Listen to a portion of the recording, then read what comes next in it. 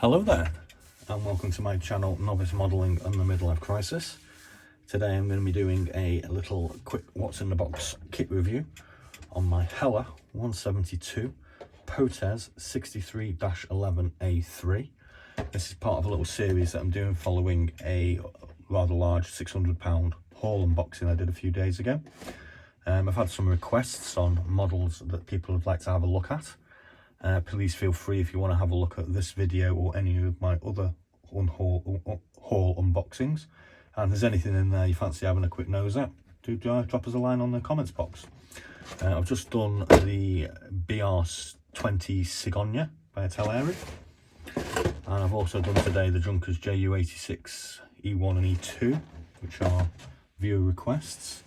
Over the past few days I've also done the MiG-3 and the Henschel HS123. We've also done the S79 Spitfire, and we've done our Arado E55. All these are requests, so obviously I do kind of like engaging with you guys, and I'm quite happy to share my stash with you for you to have a quick nose at. So let's get on with this particular model. It's kind of, I don't know, I mean, it's kind of familiar. It's kind of a pretty looking plane as far as I'm concerned. I do actually have a couple of other French light and medium bombers on the way. Unfortunately, the eBay is on holiday at the moment, so I won't be getting them for a couple of weeks. So please do tune in the future and we can have a look at a few more of these. So, this is our fold over box. As per normal, what I'm just going to do is give you a quick review of the history that is provided. If I can find the English variation. And there's no English variation on there. So it's a little French bomber. Yeah, sometimes we just need to do a little bit more research on these things. There we go.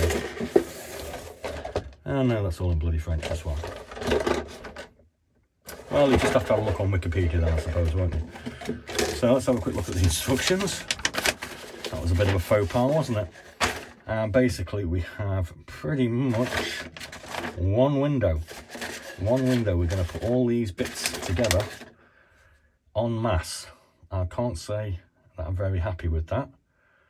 You don't get any bonus points, HELLER, for this rather mess of a instruction sheet. Yeah, everything's going together. That looks a bit of a nightmare because it doesn't really... That's not helpful, HELLER. That's dumb.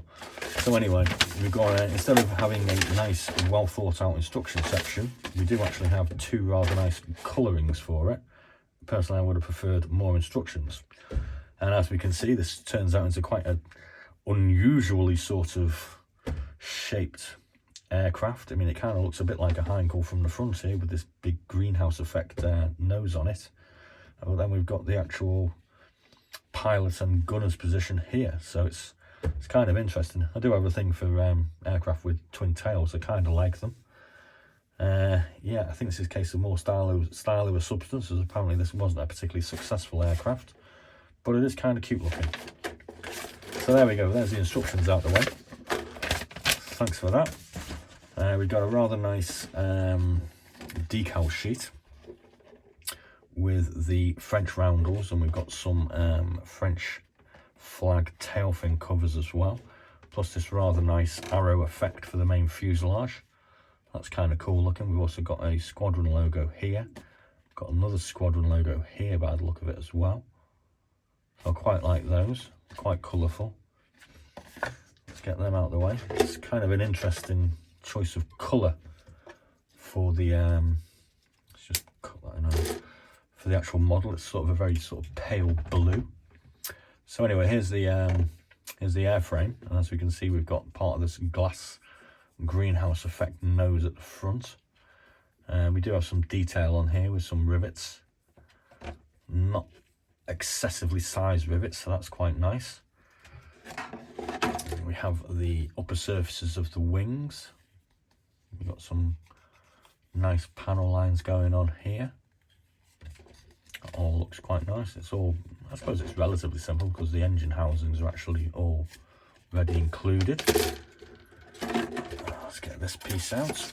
Oh dear. Right, so there we've got the actual underside of the wing surfaces. Again, we've got the panel lines and the flaps nicely detailed. Here we have the upper and bottom sections of our tail. It's got a nice sort of angled effect to it, which is quite stylish. These will be the propellers, I should think. We have the outsides of the engines. We have the undercarriage. That's going to be part of the engine itself. And that doesn't look very well detailed, that I'm afraid. I'll tell you when this model actually was originally produced in a second. We've got some very, very unattractive looking wheels. I think the colour is quite unattractive on this. Oh no, they're not propellers. There's the propellers there. They must be guns or something maybe. Not quite sure. We didn't have any history, so I don't know how many guns we've got on this. Here we have a rear mounted machine gun. There's the more of the tail section. And I'm quite looking forward to this because I kind of think it's a really pretty looking plane, but so far it's not exactly what we call A1 quality. This is going to be the floor of the cockpit. I'm not too sure what these other little pieces are for, and we're going to have fun with that carbuncle of a instruction sheet when we come and putting this together. Here we have our clear plastic glass sections. These are the front sides for the greenhouse at the front. That's going to be the cockpit cover, and that's the actual nose. We've got a few other small pieces. Not exactly sure what they're all about, but I'm sure we'll figure it out eventually.